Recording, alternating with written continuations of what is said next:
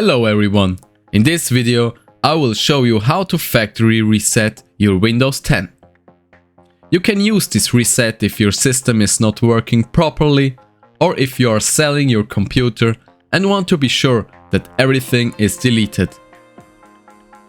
On your computer, go to Settings, then click Update and Security.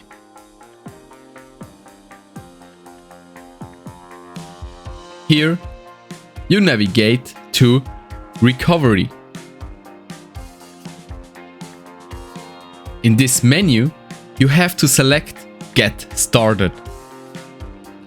A new window will appear and you will have to decide if you want to remove everything or keep your personal files.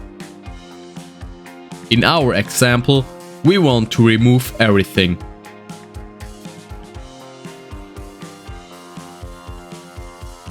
Now, you have to decide how to install Windows. Use cloud download if you have a fast and not limited internet connection, because this will use 4 GB of data. I recommend the cloud download if your computer is not working properly.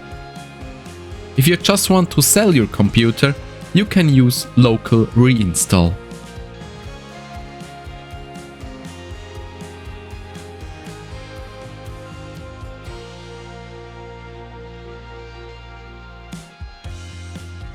This process can take a while. Take a coffee or two.